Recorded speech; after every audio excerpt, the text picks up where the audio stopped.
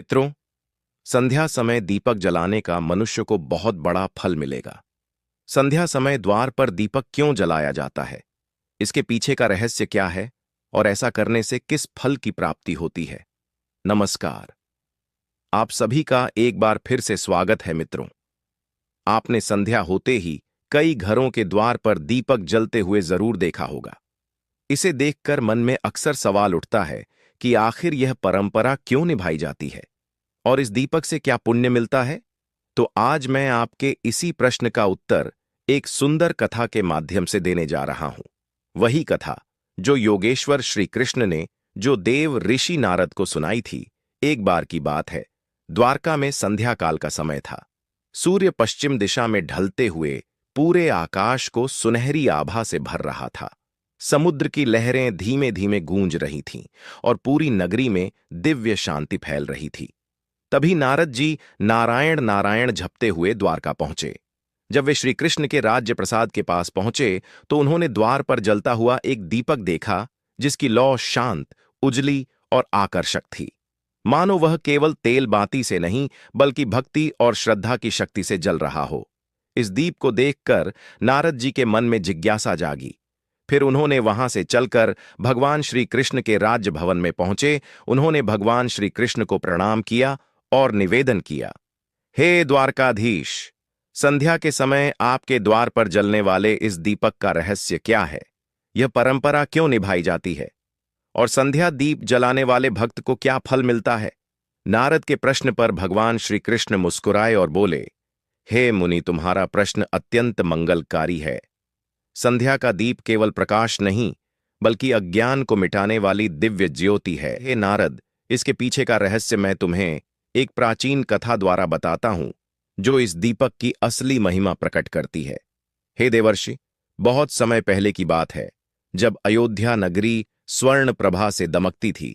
उस पवित्र भूमि में धर्म, सत्य और मर्यादा का वास्तविक निवास था। मार्गों पर चलते ही वेद मंत्रों की मधुर स्वर लहरियां सुनाई देती थीं और प्रत्येक आंगन से उठती पूजा की ध्वनि पूरे वातावरण को पवित्रता से भर देती थी। उसी दिव्यता से भरे शहर में एक अत्यंत विद्वान, तपस्वी और धर्मशास्त्रों में प्रवीण ब्राह्मण रहता था, जिसका नाम था रामेश्वर। उसका जीवन ज्ञान का दीपक था। उसने वेद, उपनिषद, स्मृतियाम, आरण्यक और ब्रह्मसूत्रों का गहन अध्ययन किया था। धर्मशास्त्र के सूक्ष्म से सूक्ष्म नियम तक उसे कंठस्थ थे। यज्ञ, अनुष्ठान और वेद पाठ में उसकी निपुणता इतनी अप्रतिम थी कि अयोध्या के लोग उसे आदर से ब्राह्मण श्रेष्ठ कहकर संबोधित करते थे। परंतु हे देव ऋषि नारद, उस ब्राह्मण रामेश्वर का ज्ञान जितना विशाल था, उतनी ही कमी उसके हृदय में भक्ति की थी। वह पूजा अवश्य करता था, पर वह केवल एक दायित्व, एक औपचारिक कर्म की तरह थी। उसके भीतर श्रद्धा की वह कोमलता, प्रेम की वह मधुरता और समर्पण की वह गहराई नहीं थी जो किसी सच्चे भक्त में होती है। वह शास्त्रों का क्षाता था पर ईश्वर का रसास्वादन नहीं कर पाया था। पर उसके घर में यह अभाव उसकी धर्मपत्नी रोशनी पूर्ण करती थी। रोशनी एक पुण्यवती, सती और भक्तिमय नारी थी। मानो उसका जन्म ही भक्ति के लिए हुआ हो। उसका मन प्रत्येक क्षण ईश्वर में रमा रहता। उसकी आंखों में भक्ति की अश्रुधारा अक्सर चमकती रहती और उसकी वाणी से हर समय भगवान विष्णु के नाम की मधुर गूंज निकलती। रोशनी अनुशासन का जीवंत रूप थी। प्रतिदिन ब्रह्म मुहूर्त में जब पूरा संसार निद्रा में लीन होता, तब वह उठ जाती, ठंडे जल से स्नान करती, स्वच्छ वस्त्र धारण करती और घर के मंदिर में एक दीप जलाकर अत्यंत श्रद्धा से भगवान विष्णु की आराधना करती।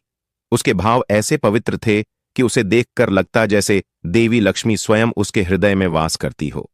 सुबह, दोपहर या कोई भी समय रोशनी का मन हर क्षण ईश्वर में ही डूबा रहता था। विशेषकर जब संध्या होती और सूर्य धीरे धीरे अस्ताचल की ओर ढलते, तब उसकी भक्ति और भी तीव्र हो जाती। वह पूरे घर को लीप पोत कर साफ सुथरा करती, आंगन को ऐसे सजाती मानो कोई देवालय हो।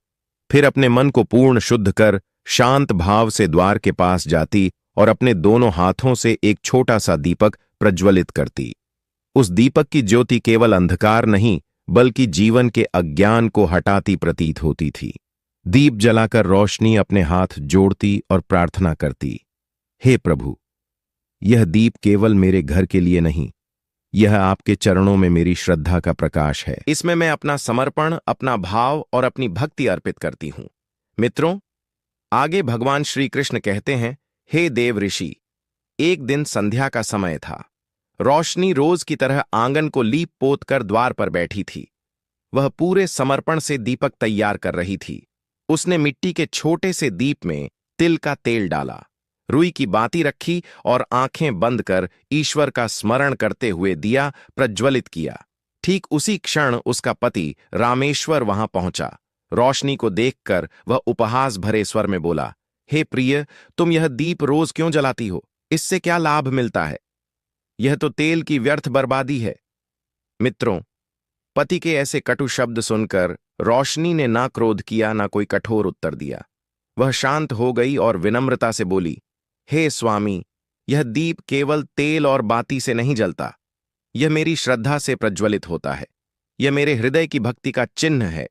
इससे घर में लक्ष्मी का आगमन होता है और धर्म का प्रकाश फैलता है। उसकी बात सुनकर रामेश्वर, जो अपने ज्ञान और तर्क के अभिमान में डूबा था, मुस्कुराते हुए बोला, हे देवी, यदि यह दीप इतना प्रभावशाली है तो ठीक है। मैं भी देखना चाहता हूं कि क्या यह तुम्हें किसी संकट से बचा सकता है। मुझे तो यह सब अंधविश्वास ही लगता है। रामेश्वर की यह बात सुनकर रोशनी का मन दुख से भर गया, पर उसने फिर भी संयम नहीं छोड़ा। शांत स्वर में बोली, हे स्वामी, संकट के समय ही भक्ति की असली परीक्षा होती है, और जो भक्ति सच्ची होती है वह हर परीक्षा में सफल होती है। इतना कहकर वह अपने काम में लग गई। मित्रों, समय अपनी गति से आगे बढ़ता गया। परिस्थितियां बदलीं और फिर एक दिन अचानक ऐसा हुआ जिसने रामेश्वर के जीवन की दिशा ही बदल दी। नगर पर भयंकर अकाल का प्रकोप छा गया। महीनों तक आकाश सुना रहा। बादल आते पर बरसते नहीं थे। खेत सूख गए, तालाबों का जल समाप्त हो गया और धरती फटने लगी। पूरी नगरी भय और त्रास में डूब गई। अनाज के दाम आसमान छूने लगे। भूख से बच्चे रोते चिल्लाते, माता पिता असहाय होकर उन्हें देखते। अकाल इतना विकराल हुआ कि रामेश्वर के घर तक में अन्न की कमी होने लगी। मित्रों, आगे श्री कृष्ण कहते हैं, हे देव ऋषि, वह विपत्ति रामेश्वर के घर को भी नहीं बख्श सकी। जहां कभी यज्ञों का धुआं उठता था, वहां अब चूल्हा तक ठंडा पड़ा था। मंत्र पाठ की मधुर ध्वनि अब भूख की कराह में दब चुकी थी। घर में रखा अंतिम दाना तक समाप्त हो गया था और पानी का एक छोटा पात्र भी दुर्लभ हो गया था। रामेश्वर, जो स्वयं को महान ज्ञानी समझता था, अब असहाय खड़ा था। उसके चेहरे पर निराशा की रेखाएं गहरी होती जा रही थीं। परंतु इतना सब होने के बाद भी रोशनी की आस्था अडिग रही। उसने अपने प्रभु पर विश्वास कभी नहीं छोड़ा। वह स्वयं भूखी रह लेती, लेकिन संध्या के समय दीप जलाना नहीं छोड़ती थी। उसने अपनी आंखों में आशा की ज्योति संजोए अपने पति से कहा, हे स्वामी, यह दीप चाहे कितना भी छोटा हो, पर इसका प्रकाश मेरे विश्वास से बड़ा है। जब तक यह दीप जलता रहेगा, कोई विपत्ति हमें छू भी नहीं पाएगी। मित्रों, वह प्रतिदिन की तरह हर संध्या द्वार पर दीपक प्रज्वलित करती रही। घर में अन्न और जल का नाम तक नहीं बचा था, लेकिन फिर भी वह दीप जलाना नहीं छोड़ती थी, क्योंकि उसका ईश्वर पर विश्वास अडिग था। फिर आगे भगवान श्री कृष्ण कथा को सुनाते हुए देव ऋषि नारद से कहते हैं, हे देव ऋषि नारद, वह रात अत्यंत विचित्र थी। चारों ओर भयंकर अंधकार पसरा हुआ था। आकाश में न कोई तारा चमक रहा था, न चंद्रमा की कोई किरण धरती पर उतर रही थी। दिशाएं मौन थीं, वायु स्थिर थी और नगर की गलियां सूनी पड़ी थीं। हर घर भूख और चिंता से घिरा था। लेकिन रामेश्वर के द्वार पर एक दीप फिर भी जल रहा था, वही संध्या दीप जिसे रोशनी प्रतिदिन जलाया करती थी। उस रात उसकी लौ पहले से कहीं अधिक उज्ज्वल थी, मानो कोई अदृश्य शक्ति संकेत दे रही हो। रोशनी दीप के सामने बैठी प्रभु का स्मरण कर रही थी। उसके चेहरे पर थकान थी, पर उसके विश्वास की चमक फीकी नहीं हुई थी। उसके हृदय में एक ही भाव उमड़ रहा था, हे प्रभु, यह दीप आपका प्रतीक है। जब तक यह जलता रहेगा, मेरा मन भी आपसे जुड़ा रहेगा। वह मन ही मन प्रार्थना में डूबी थी कि तभी अचानक वातावरण में कुछ विलक्षण घटित हुआ। दीपक की लौ ऊंची उठी और चारों ओर दिव्य प्रकाश फैलने लगा। रोशनी चकित होकर इधर उधर देखने लगी। उसे समझ नहीं आ रहा था कि यह क्या हो रहा है। तभी उसकी दृष्टि द्वार पर पड़ी। वहां एक अलौकिक तेजोमयी स्त्री खड़ी थी। उनका रूप इतना दिव्य था कि उसका वर्णन करना कठिन था। उनके वस्त्र स्वर्ण सी चमक रहे थे। नेत्रों से करुणा की कोमल किरणें निकल रही थीं और उनके चरणों के स्पर्श से भूमि पर पुष्प खिल उठे थे। हे देव ऋषि, वह कोई साधारण नारी नहीं थी। वह स्वयं धन और सौभाग्य की अधिष्ठात्री देवी महालक्ष्मी थी। लक्ष्मी जी को देख रोशनी का हृदय भक्ति से उमड़ पड़ा। उसने तुरंत दोनों हाथ जोड़ दिए। उसकी आंखों से आंसू बह निकले। वह कुछ बोल भी न सकी, बस श्रद्धा से झुककर देवी के चरणों में गिर पड़ी। माता लक्ष्मी ने करुणा भरी दृष्टि से उसे उठाया और मधुर स्वर में कहा, पुत्री, रोशनी उठो। तुम्हारी भक्ति ने मुझे अत्यंत प्रसन्न किया है। कठिनतम समय में भी तुमने अपने नियम को नहीं छोड़ा। जब संसार भय और भूख से कांप उठा, तब भी तुमने दीप की ज्योति बुझने नहीं दी। तुम्हारा यह दीप नहीं केवल तुम्हारे घर को बल्कि इस संसार को भी प्रकाश देता है। मांगो, तुम्हें कौन सा वर चाहिए? देवी के इन वचनों को सुनकर रोशनी ने हाथ जोड़कर कहा, हे मां, मुझे ना धन चाहिए, ना वैभव, ना कोई रत्न। मुझे बस इतना वरदान दीजिए कि मेरे घर का दीप कभी ना बुझे। यह ज्योति सदा आपके चरणों में जलती रहे। मेरे कुल में सदैव धर्म, शांति और सुख का वास बना रहे और किसी युग में मेरे वंशज इस दीप की महिमा को भूले नहीं। रोशनी की यह विनती सुनकर देवी लक्ष्मी के मुख पर मधुर मुस्कान फैल गई। उनके नेत्रों में मातृत्व की कोमल चमक और कृपा का अथाह सागर उमड़ आया। उन्होंने अपना उज्ज्वल हाथ रोशनी के सिर पर रखा और मधुर स्वर में कहा, तथास्तु पुत्री, तुम्हारे घर में सदैव प्रकाश रहेगा। यह दीप कभी नहीं बुझेगा और जो भी मनुष्य संध्या के समय श्रद्धा और भक्ति से दीप जलाएगा, उसके जीवन से दरिद्रता, रोग और भय दूर हो जाएंगे। उसके घर में मेरा स्थायी वास होगा और देवता स्वयं उसकी रक्षा करेंगे। यह दीप केवल तेल का नहीं, श्रद्धा का प्रतीक है। जो इसे सच्चे भाव से जलाएगा, उसका जीवन प्रकाश से भर उठेगा। यह कहते कहते देवी का स्वर मंद पड़ने लगा। उनके चारों ओर का तेज और भी प्रखर हो गया और अगले ही क्षण माता लक्ष्मी अदृश्य हो गई। अब वहां केवल दीपक की लौ जल रही थी, पर उसकी छोटी सी ज्योति में दिव्य आशीर्वाद चमक रहा था। रोशनी की आंखें आंसुओं से भरी थीं। उसने दीप की ओर सिर झुकाकर प्रणाम किया। उसके भीतर ऐसी शांति और आनंद उमड़ आए मानो स्वयं ईश्वर उसके हृदय में प्रकट हो गए हों। उसे अनुभव हुआ कि भक्ति कभी व्यर्थ नहीं जाती।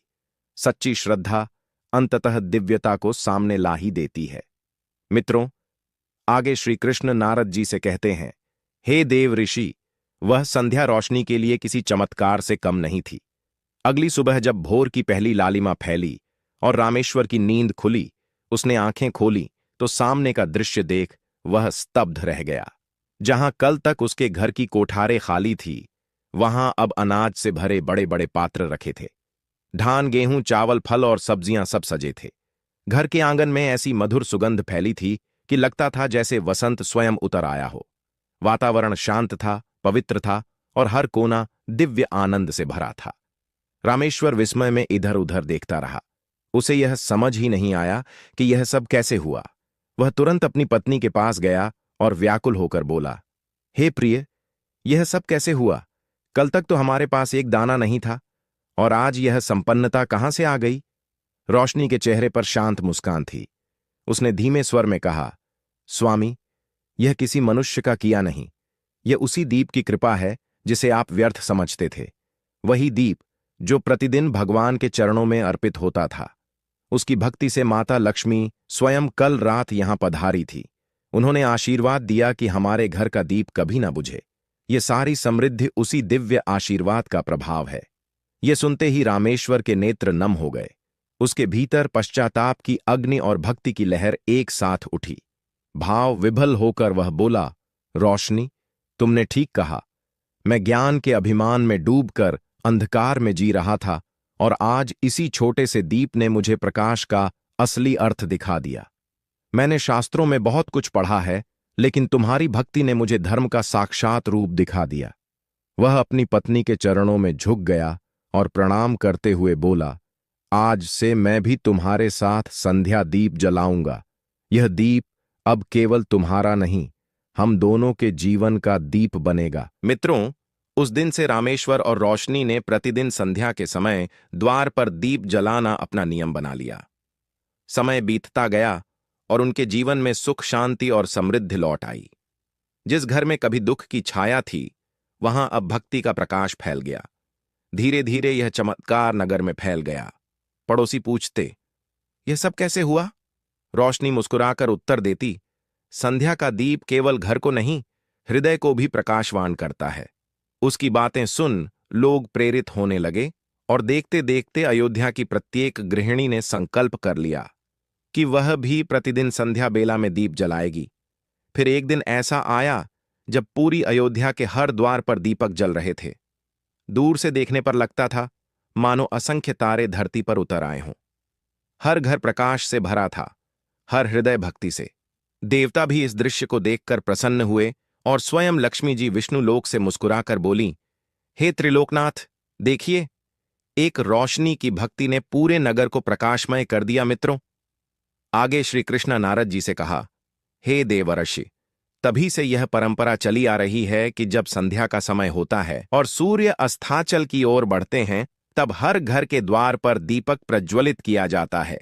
यह केवल प्रकाश का दीप नहीं, श्रद्धा, समर्पण और भक्ति का दीप होता है। हे ब्रह्मानंदन, यह दीप केवल रोशनी नहीं देता, यह धर्म का दीप है। संध्या बेला में श्रद्धा से दीप जलाने वाला व्यक्ति अपने भीतर के अज्ञान, लोभ, क्रोध और मोह को मिटा देता है। यह दीप स्मरण कराता है कि अंधकार चाहे कितना भी गहरा हो, एक छोटी सी ज्योति भी उसे परास्त कर सकती है। जिस घर में दीप जलता है, वहां लक्ष्मी का निवास होता है। वहां दरिद्रता, रोग और भय प्रवेश नहीं करते। जो दीपक श्रद्धा से द्वार पर जलाता है, वह सभी पापों का नाश करता है और नकारात्मक शक्तियों को घर में प्रवेश नहीं करने देता। इससे घर में सुख, शांति और समृद्धि बनी रहती है। भगवान श्री कृष्ण जी की दिव्य कथा सुनकर नारद जी का हृदय भाव विभोर हो उठा। उन्होंने कहा, हे प्रभु, आपके श्रीमुख से यह कथा सुनकर मैं धन्य हो गया। यह दीप तो केवल प्रकाश नहीं, यह भक्ति का साक्षात स्वरूप है। अब समझ आया कि संध्या दीप का इतना महत्व क्यों है। भगवान श्री कृष्ण मुस्कुराकर बोले, हे देव, ऋषि दीपक केवल तेल और बाती से नहीं जलता, वह भक्त की श्रद्धा से जलता है। जो दीप प्रेम से जलाया जाता है, वही मनुष्य के लिए स्वर्ग के द्वार खोलता है। तब नारद जी ने दूसरा प्रश्न पूछा, हे प्रभु, क्या इस दीप को जलाने के कुछ नियम हैं और किन स्त्रियों को इसे नहीं जलाना चाहिए? मित्रों, नारद जी के इस प्रश्न पर भगवान श्री कृष्ण रहस्यमयी मुस्कान के साथ बोले, हे देव ऋषि, जैसे प्रत्येक अनुष्ठान के अपने नियम होते हैं, वैसे ही इस दीपक के भी कुछ नियम हैं। पहला नियम, ग्रहण के समय दीप नहीं जलाना चाहिए। दूसरा, जब तेज आंधी या तूफान चल रहा हो, उस समय दीपक प्रज्वलित नहीं करना चाहिए, क्योंकि यह अपशगुन माना जाता है। और तीसरा नियम यह है कि जब घर में कलह, अपवित्रता या मृत्यु शोक का समय हो, तब दीप नहीं जलाना चाहिए। दीप जलाते समय एक और बात का विशेष ध्यान रखना चाहिए। दीपक की लौ हमेशा पूर्व या उत्तर दिशा की ओर रहे, क्योंकि इन दिशाओं में दीपक का प्रकाश धन और समृद्धि के योग बनाता है। दीप की बाती का भी अपना महत्व है।